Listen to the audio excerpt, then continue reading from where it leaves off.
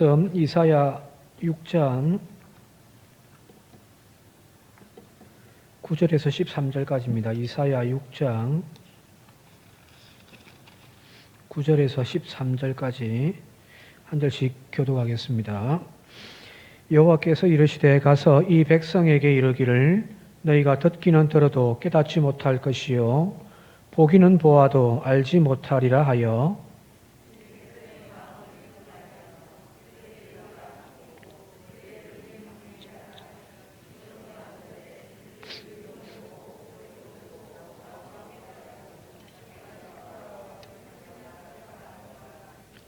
내가 이르되 주여 어느 때까지니이까 하였더니 주께서 대답하시되 성읍들은 황폐하여 주민이 없으며 가옥들에는 사람이 없고 이 토지는 황폐하게 되며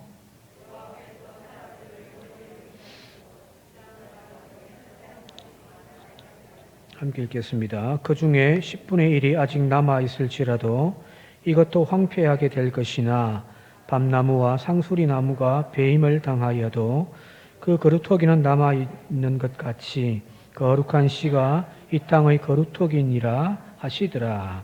아멘. 지난 시간에 이사야 소명받는 이야기 앞부분을 좀 함께 나누었는데요. 시대의 그 굉장히 어두운 미래를 통찰하면서 이사야가 민족의 미래를 부여잡고 성전으로 올라가서 하나님 앞에 기도하다가 하나님의 천상의 환상을 보게 되어졌던 이야기 함께 나누었습니다. 부정한 가운데 내가 하나님을 배웁도다 하고 하면서 내가 이제 죽게 되었다, 망하게 되었다라고 이야기를 할 때에 제단 숯불을 서랍이 하나 가지고 와서 그 입술에 대니 서랍이 선포하기를 이제 너희의 죄가 사하여졌다, 제거되어졌다 라고 이야기를 한단 말이에요. 자, 그 전까지의 모든 음성은 사실은 이 서랍의 이야기, 음성이었죠, 그죠?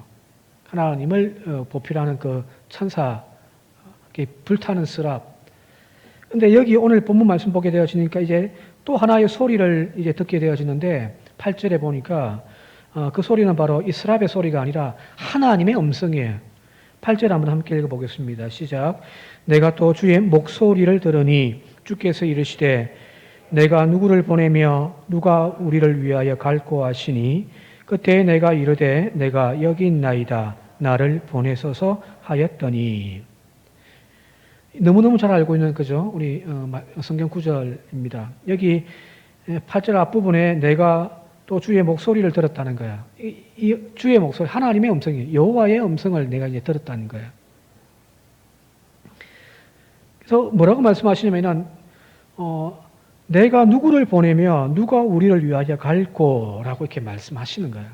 여기 하나님의 음성, 하나님의 목소리라고 이게 되어 있지만 따지고 보면은 이게 이사야를 향하여서 하나님이 지금 명령하시는 그런 내용이라고 보기는 조금 무리가 있습니다. 하나님이 이사야에게 소명을 주시잖아요, 그죠? 다른 예언자들이 소명받은 이야기들 쭉 보게 되어지면 하나님이 직접적으로 명령을 하신단 말이에요. 아무개야라고 그죠? 그를 부르고 그에게 이제 하나님의 말씀을 명령을 주신단 말이에요. 근데 여기 지금 보니까 하나님의 목소리를 들었는데 뭐라고 말씀하시냐면은 내가 누구를 보내며 누가 우리를 위하여 갈고 이라고 계시단 말이에요. 자, 이 문장은 명령어가 아니에요. 조금 과하게 이야기하면 하나님 혼자 지금 중얼중얼 하는 그런 어떤 의미가 아닐까라는 거예요. 하나님이 지금 이사야가 듣든 말든 지금 천사들과 천상에서 회의를 하면서 내가 누구를 보내며 우리를 위하여 누가 갈까? 지금 이 소리를 지금 이사야가 듣게 되어졌다는 거거든요. 자, 그리 본다고 한다면은 이것은 단순하게 하나님의 목소리라고 하기보다는 하나님의 마음이에요. 하나님의 마음, 하나님의 뜻, 하나님의 계획. 자, 우리가 성경을 읽는 것, 성경 많이 읽으면 좋죠. 올 한 해 우리가 성경 일독하는 것도 지금 하고 있고 또 성경 문제 풀이도 하고 있습니다만은 성경을 읽는다라고 하는 것이 그냥 성경을 읽는 것으로 되어서는 안 된단 말이에요. 사실은 성경을 읽으면서 그 속에서 하나님의 마음을 읽어낼 줄을 알아야 되는 거예요. 그게 성경 읽기의 사실은 본질이에요. 성경을 문자적으로 읽었던 사람들이 바로 예수님 당시에 살았던 바리새인들이잖아요. 율법학자들이었단 말이에요. 그들은 문자적인 그 율법을 철저하게 연구했고 또 외우고 다닌단 말이에요.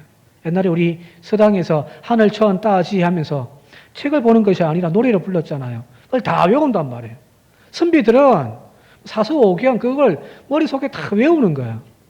그게 고전을 읽는 방법이거든요. 자, 여기 지금 바리새인들과 율법학자들은 말 그대로 그 문자를 철저하게 암기했고 그걸 또 실천하면서 살았던 사람들이 바로 바리새인들과 율법학자들이었습니다. 그런데 예수님께서는 그들을 평가할 때에 좋게 평가하지 않았잖아요. 왜? 문자는 있는데 하나님의 마음이 그들 가운데 없더라는 거잖아요. 그죠? 성경에서 이런 계명들이 있다. 지켜 행해라. 다 지켜 행했는데요. 그러면 내 이웃을 내 몸같이 사랑해라. 하는 그 계명에 대한 하나님의 마음을 가지질 못하니까 근심하며 이 젊은 청년이 그냥 떠나가 버리잖아요. 자, 목사의 설교를 듣고 은혜 받는 것 아니에요. 성경을 묵상하면서 새로운 것들 발견하고 이런 것도 있었네 깨닫게 되어지고 성경 지식이 풍성해지는 것 물론 그게 나쁜 것도 아니지만은 그렇게 해야 되겠지만은 그 단계가 사실은 우리가 성경 읽게 하고 설교 듣는 목적이 아니라는 거예요. 설교를 들으면서 하나님의 마음을 깨닫게 되어지는 것.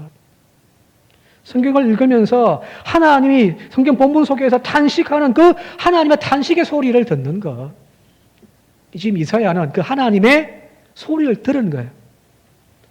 사실은 여기 내가 누구를 보내면 누가 우리를 위하여 갈고 이건 하나님의 탄식이거든요. 그 시대가 지금 그래 버렸으니까. 하나님이 선택해서 아무개를 불러가지고 내 일꾼 삼겠다라고 하는 그런 사람을 지금 찾을 수가 없더라는 거거든요. 하나님의 탄식의 소리를 이사야는 지금 들은 거죠. 그죠? 참 이 하나님의 마음을 우리가 읽는다라고 하는 것이 듣는다라고 하는 것이 참 쉽지가 않습니다. 올해 우리 교회표도 예수님을 발자취를 따라가는 삶이라고 해서 매주일 예수님의 가르침, 예수님의 삶 이걸 쭉 배우고 있습니다만은 설교하는 저도 마찬가지입니다만은 그 예수님이 어떻게 사셨는지 어떻게 가르쳐졌는지는 알고 있단 말이에요. 그런데 그 예수님의 마음을 쫓아가기는 참 쉽지가 않더라고요. 한 주간 살면서 지난 주일 설교했던 걸 주중에 또 듣기도 하지만은 그러나 그 삶 속에서 예수님의 마음을 가지고 살아가기가 쉽지가 않더라는 거거든요. 이런 마음을 읽을 줄 아는 저와 여러분들이 되어질 수 있길 바랍니다. 하나님의 그 소리란 들려주는 소리가 아니라 하나님의 마음을 읽어내는 것. 바로 이 하나님의 탄식과 하나님의 마음의 소리를 내 심령 가운데서 비로소 듣게 되어질 때에 우리는 뭐라고 이야기하냐면은 내가 여기 사오니 나를 보내소서라고 우리가 하나님께 고백할 수가 있고 하나님의 일꾼으로 쓰임받을 수가 있는 거예요. 하나님 음성을 듣지 못하고 하나님 마음을 읽지 못한 채 나가서 막 열심히 하다 보니까 두 가지 일이 발생해요. 하나는 내가 지쳐요. 긍휼히 여기는 마음 가지고 그죠? 주님의 마음 갖고 내 거 다 헌신해 가면서도 즐거움이 있어야 되는데 하나님의 마음이 없으니까 헌신하다가 내가 자빠져 버리는 거죠. 또 내 열정만 가지고 막 하다 보니까 상대방에 대한 배려와 다른 사람에 대한 그 시선들을 무시해 버리면서 그냥 내 마음대로 해버려요. 헌신하는데 왜 이렇게 교회가 시끄러워지죠? 교회에서 교인들이 월급 받고 뭐 하는 것도 아니잖아요. 그죠? 다들 열심히 자기 헌신하면서 하는데 왜 교회가 자꾸만 시끄러워질까요? 주님의 마음을 읽어내지 못하는 것. 주님의 마음을, 주님의 그 소리를 들을 때 비로소 나를 보내소서 내가 여기 있나이다. 라고 우리가 사역을 시작할 수 있다는 것, 여러분 다시 한번 우리 기억하면서 오늘 이 이사야의 이 고백이 저와 여러분들 가운데 있길 바랍니다. 자, 그랬더니 하나님의 이제 너가 있구나 이사야야 하면서 이제 이사야에게 이제 소명을 주시는데 9절과 10절 한번 읽어보도록 할게요. 다시 한번 더 9절과 10절 시작. 여호와께서 이르시되 가서 이 백성에게 이르기를 너희가 듣기는 들어도 깨닫지 못할 것이요 보기는 보아도 알지 못하리라 하여 이 백성의 마음을 둔하게 하며 그들의 귀가 막히고 그들의 눈이 감기게 하라. 염려하건대 그들이 눈으로 보고 귀로 듣고 마음으로 깨닫고 다시 돌아와 고침을 받을까 하노라.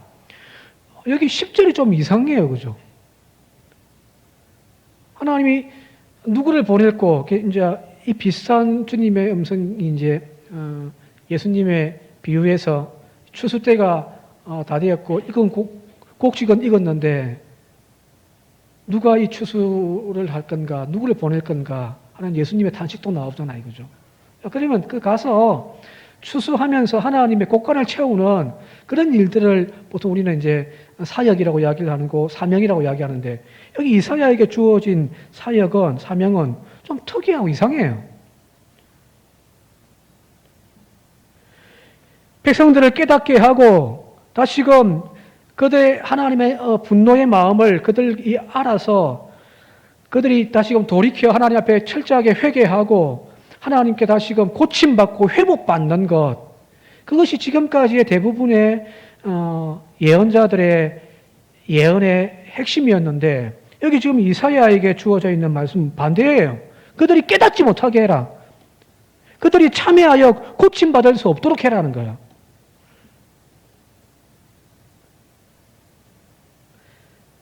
지금 이사야 선지자에게 주어져 있는 임무가 유다 백성들의 마음과 영적인 상태가 완악한 그 상태에서 계속 지속되어지게 해라. 깨달아서 돌이키지 않도록 해라는 거예요. 이건 좀 이상한 거란 말이에요. 그죠? 나중에 조금 이따 다시 한번 설명하겠는데 여기 세 가지가 주어졌습니다. 첫 번째가 마음을 둔하게 해라.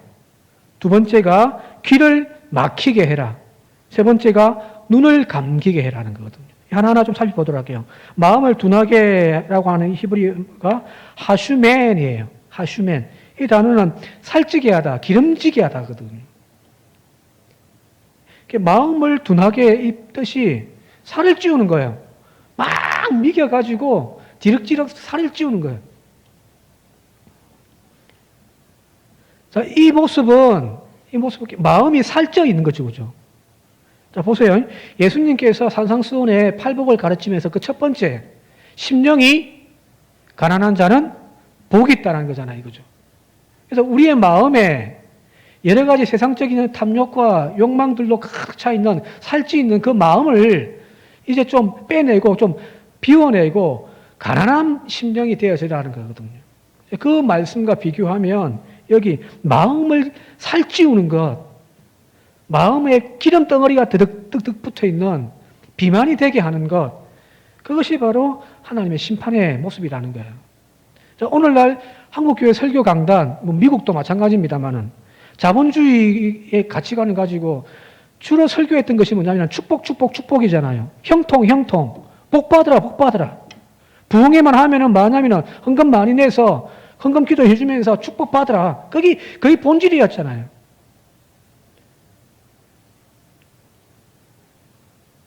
마음이 기름이 때가 이거 빼지 아니하면 여기 있는 멸망의 징조로 우리가 지금 나아가는 거예요. 내 마음에 지금 기름때가 없는지 한번 살펴봅시다. 살펴보셔야 되는 거예요. 내 기도에 이 마음의 때가 지금 기름이 꽉 껴있지는 않는지, 내 헌신과 섬김에 이 기름때가 끼어있지는 않는지 한번 우리 스스로 점검해 보아야 되는 거예요. 예수님이 핵심을 딱 찔른 거 맞죠, 그죠? 심령이 가난한 자는 복이 있다. 천국이 그 사람 거다. 자, 두 번째, 기가 막히게라고 하는 말은 히브리 말로 하크베드예요. 그 뜻은 무디게 하다, 무겁게 하다거든요. 길을 좀 무겁게 해버리는 거예요. 자, 우리 보통 이제 팔랑귀라고 하죠. 팔랑귀. 누구 이야기 듣고서 쉽게 그 사람의 말에 쉽게 동요돼 버리는 거죠. 우리가 기가 얇다라고 하잖아요. 그죠? 그런 사람을 기가 얇다. 기가 얇은 사람들은 남이 이야기하는데 그게 다 맞는 줄 알고 그걸 휩쓸려 간단 말이에요. 그죠? 자, 그 반대의 개념이죠. 기가 무겁단 말이에요. 기가 무거워요. 이 말은 무슨 말이냐면, 기가 얇다와 반대로 이해한다고 한다면 다른 사람들의 말에 귀를 닫아버리는 거예요. 누가 뭐라고 이야기하던 귀 탁 들어맞고 있는 거예요. 떠들어라. 나는 내 길 간다. 즉 닫혀져 버린 귀입니다. 하나님의 말씀을 듣고 내 마음이 요동치고 말씀을 따라 살겠다라고 하는 그런 우리의 열린 귀가 되어야 되는데, 그래서 요한계시록에 계속 7교회를 향하여 귀 있는 자는 들을지어다라고 하는데, 그 들을 귀가 없이 그냥 닫혀져 버리고 굳어져 버리니까 하나님의 음성을, 하나님의 소리를, 하나님의 탄식을 듣지를 못하는 거죠. 이게 영적인 지금 병인 거죠. 이렇게 닫게 해버리라는 거예요. 세 번째가 눈을 감게 해라. 하샤입니다. 하샤. 흐려지게 하다. 이제 우리 저도 안경을 낍니다만 안경 벗으면 저 아무것도 안 보이거든. 얼마 전에 안과 가서 시력을 재는데 안경 벗고 재는데 그 앞에서 글자 하나도 안 보이거든. 이 여자가 간호사가 어떻게 하냐면은 몇 개예요? 모르겠는데요. 저는 그 정도로 안 보입니다. 눈이 흐리니까 저는 안경 벗으면 가까이 앉아 있으면 다 이뻐 보입니다.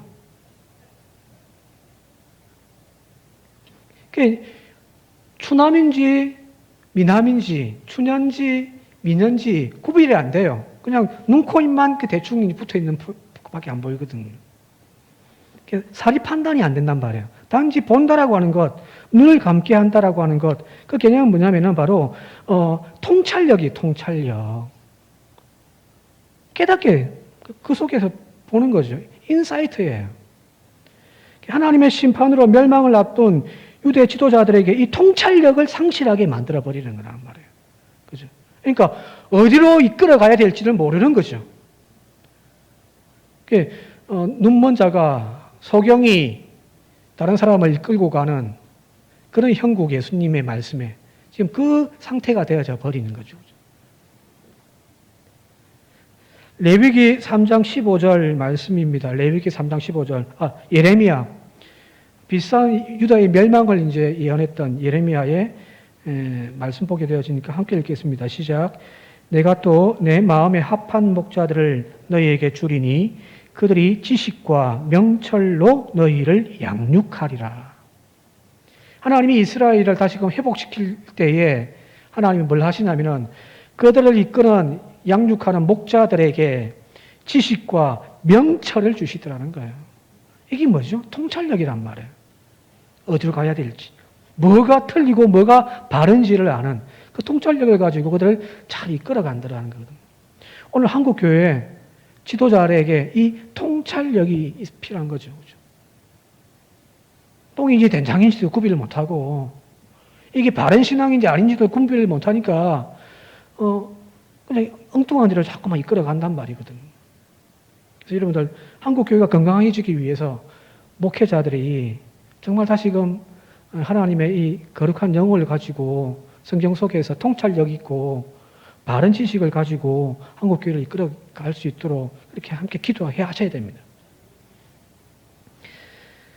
자, 여기 이사야에게 주어졌던 이 세 가지는 지금까지 우리가 알고 있는 하나님에 대한 그 본성, 그죠? 자비와 용서. 우리가 이전까지 봤던 그 하나님의 자비와 용서의 하나님의 관점에서 볼 때에 참 받아들이기 힘든 구절이죠. 백성들로 하여금 마음에 기름때가 탁 끼게 하고 귀가 탁 막혀버리게 하고 눈이 가려져서 볼 수 없게 만들어라. 그래서 치료받을 수 없도록 만들어라. 이게 하나님의 지금 이사야에게 주었던 소명이거든요. 근데 이전까지 우리가 알고 있는 하나님의 본성과 너무너무 달라요. 그죠? 이게 지금 우리에 부딪혀요. 실제로, 이 부분 가지고 고민을 많이 했던 모양이에요. 예를 들면 그런 경우가 있습니다. 지금 유대 땅에 가게 되어지면 사해가 있잖아요. 그죠? 잘 아시는 사해. 바로 사해 옆에 유대 광야가 있는데 거기에서 은둔 생활을 하면서 자기들만의 신앙 공동체를 이루었던 그 사람들이 쿰난 공동체라고 합니다. 그럼 신약 성경에 예수님 당시에 바리새파도 있고 또 사두개인도 있고 또 한 가지 뭐 있죠? 에세네파라고 하는 거 들어봤죠? 그죠? 이 에세네파라는 사람들이 뭐냐면은 철저하게 그 사회에서 이제 분리되어져서 자기들끼리만의 신앙 공동체를 만들어서 이제 철저한 영성 공동체를 만들어가는 것이 에세네파입니다. 이 에세네파들이 했던 것이 쿰난이에요. 여기에서는 뭐냐면은 아침부터 저녁까지 성경 읽고 기도하고 묵상하고 또 성경 이게 필사하고 그것만 해요. 자, 여기 쿰난 공동체에서 이렇게 예수님 당시 숨겨놓았던 성경 두루마리가 발견되어졌는데 이 사람들이 이제 필사하면서 이제 번역했던 그 성경책들이 발견되어졌어요. 이걸 이제 사회 문서라고도 하고 쿰난 문서라고도 해요. 거기에서 발견되어진 이사야 성경이 있습니다. 이사야 성경에 보게 되어지니까 여기 오늘 우리가 읽었던 본문 말씀 6장 9절에서 10절을 어떻게 적어놨냐면은 우리가 읽었던 원래 맞서라 본문과 좀 다르게 수정을 했더란 거예요. 어떻게 수정했냐면은 제가 읽어드릴게요. 계속 들어라. 너희가 이해할 수 있으니 그들로 마음으로 이해하고 돌이켜 치유받도록 하라. 이렇게 됐어요. 여기 우리가 읽은 성경 본문에는 그들이 깨닫지 못하게 함을 통하여 그들이 치유받지 못하도록 해라. 그거 이제 하나님의 말씀이잖아요. 이거죠. 근데 이 쿰난 공동체에는 그 문서에는 어떻게 됐냐면은 오히려 그 마음으로 이해하고 돌이켜 치유받도록 해라고 이렇게 오히려 반대로 만들어 놨단 말이에요. 왜 그럴까? 그들이 알고 있는 하나님의 본성에 비하여 이 구절이 너무너무 이질적인 거예요. 세상에 무슨 이게 하나님의 말씀이냐. 그러니까 이거는 잘못 적어 놓은 걸 거야 라고 하면서 자기들끼리 그냥 수정해 놓은 거야. 치료의 하나님, 회복의 하나님, 용서의 하나님으로요. 그런데 분명한 건 대부분의 다른 성경은 정반대예요. 이게 맞아요. 하나님은 지금 이스라엘을 향하여 이사야에게 주신 말씀이 뭐냐면 그들이 치유받지 못하도록 해라는 거예요. 그들의 눈이 감기고 그들의 귀가 닫혀버리고 그들의 마음이 기름지게 만들어라는 거예요. 왜 하나님은 지금 이스라엘 백성들로 하여금 이렇게 회개하지 못하도록 고침받지 못하도록 했을까? 그는 분명하죠. 지금은 이제 용서의 때가 아니라 하나님의 심판의 때이기 때문입니다. 이미 하나님이 이제 결정을 하신 거야. 전도서에 나와 있는 지혜처럼 모든 것은 다 때가 있잖아요. 그죠? 날 때가 있고, 죽을 때가 있고, 기쁠 때가 있고, 슬플 때가 있단 말이에요. 그죠? 자, 그 때를 아는 것이 지혜라고 할 때에 지금 하나님의 판단은 유다 백성들이 지금 말씀을 듣고 돌이켜 고침받아야 할 때가 아니라 지금은 하나님의 심판의 때입니다. 결과적으로 말씀드리면요. 약을 좀 먹이고 어떤 방사능을 치료해가지고 좀 고칠 수 있으면 약으로 어떻게 해보겠는데 그것가 안 되면은 뭐 하죠? 수술을 해버리잖아요. 그죠?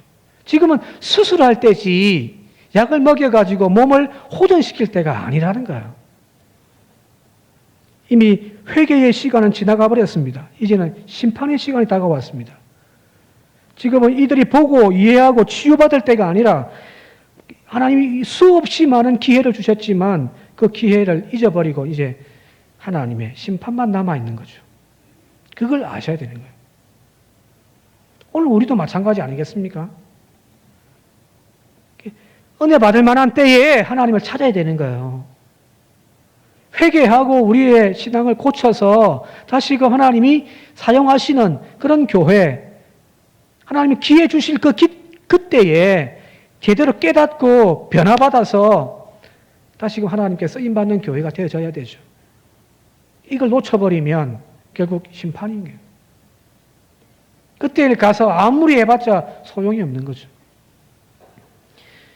뭐 심판에 대한 이야기가 쭉 나옵니다만은 13절 한번 읽어보도록 할게요. 13절 시작. 그 중에 10분의 1이 아직 남아 있을지라도 이것도 황폐하게 될 것이다. 여기까지만 읽을게요. 여기까지만. 여기 하나님이 모든 도시들을 다 황폐하게 만들어 버리시고 또 그 있는 백성들을 다 하나님이 쫓겨나게 이전시켜 버릴 거다. 그리고 마지막에 그 중에 10분의 1이 남아있다 할지라도 이것도 황폐시켜 버릴 거다. 자, 여기 10분의 1이라는 개념을 여러분들 잘 아시죠? 그죠? 10분의 1. 레위기에서 자주 사용되어졌던 개념입니다. 우리 뭐 11조가 10분의 1이잖아요. 그죠? 자, 하나님께 거룩하게 구별되어진 것, 그걸 우리가 10분의 1이라고 한단 말이에요. 이 말은 이스라엘 백성들에게 개념에 10분의 1 하면은 하나님의 소유예요. 그죠? 이거는 사람이 손댈 수가 있는 것이 아니란 말이에요. 철저하게 구별되어져 하나님께 돌리는 것, 그게 10분의 1인 거죠. 자, 그리 본다고 한다면 여기 10분의 1이란 하나님께 거룩하게 구별되어진 하나님의 것, 이스라엘 백성들 이야기하는 거예요. 많은 민족들 중에 하나님이 특별히 성별하여 너는 내 것이다. 그리고 거룩한 제사장이다. 라고 선택했던 그 이스라엘 백성들을 하나님이 철저하게 심판하시겠다라는 이야기거든요. 여러분, 착각해서는 안 돼요. 늘 이야기합니다만은 한 번 기독교인이 영원한 기독교인이라고 하는 그 칼빈의 교리에 우리가 빠져 있어서는 안 되는 거죠.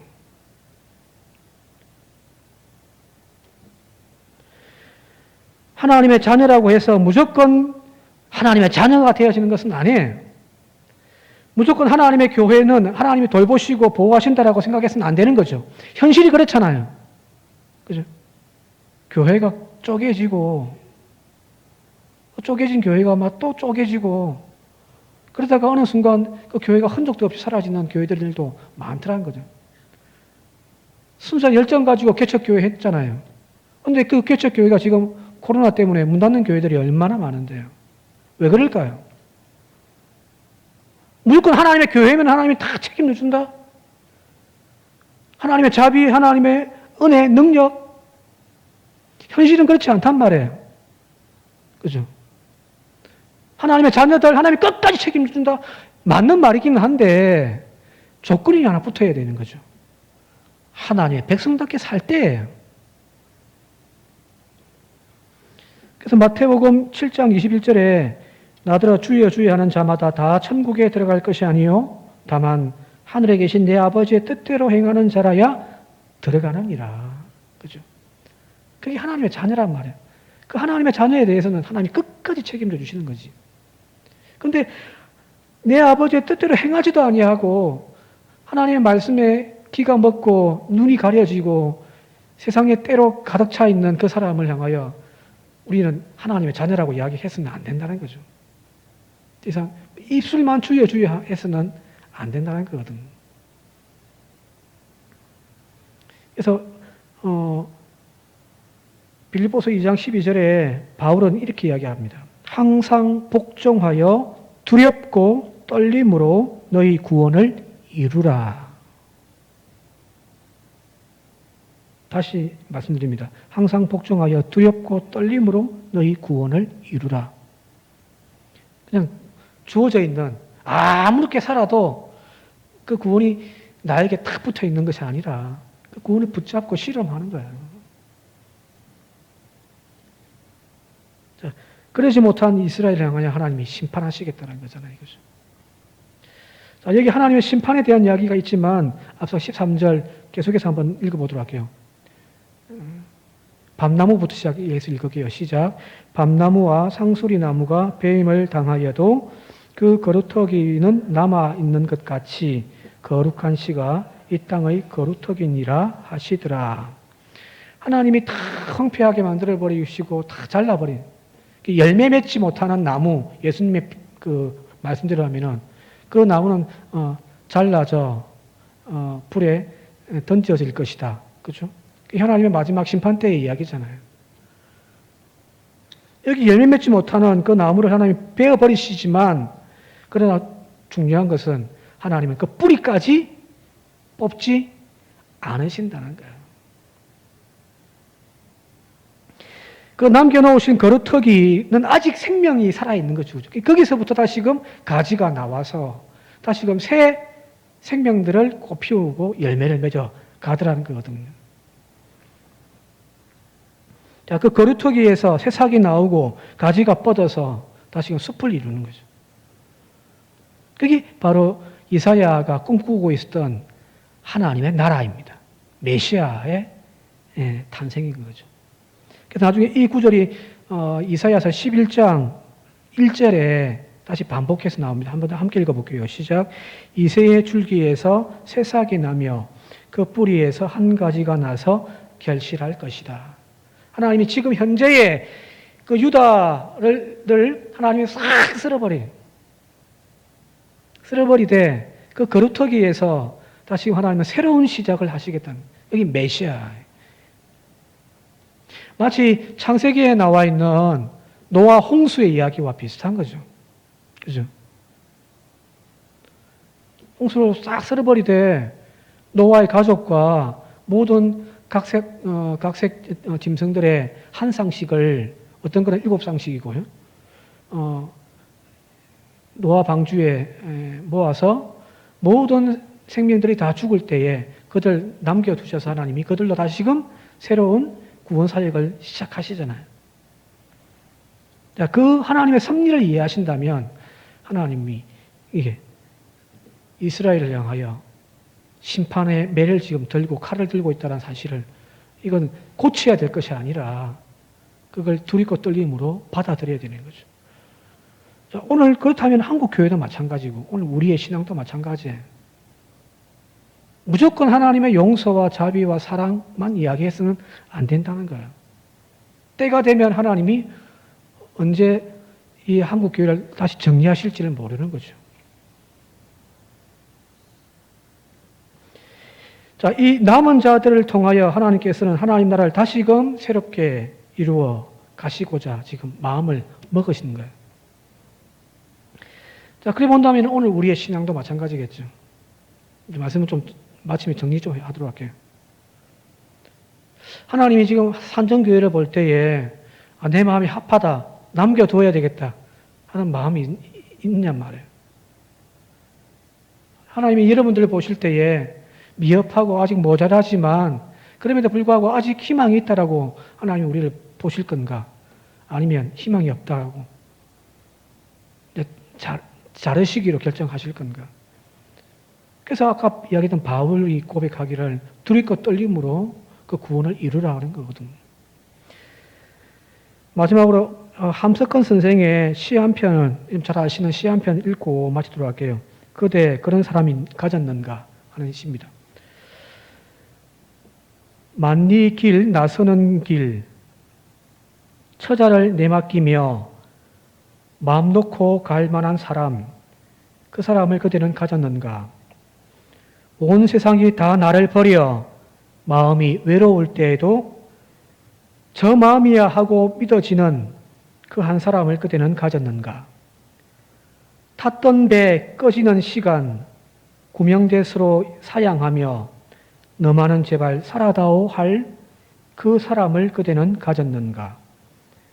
불의의 사형장에서 다 죽어도 너희 세상 빛을 위해 저만은 살려두거라 일러줄 그 한 사람을 그대는 가졌는가? 잊지 못할 이 세상을 놓고 떠나려 할 때 저 하나 있으니 하며 빙긋이 웃고 눈을 감을 그 한 사람을 그대는 가졌는가? 뒤에 좀 있습니다만 하나님 보실 때 나는, 우리 교회는 그 한 사람인가?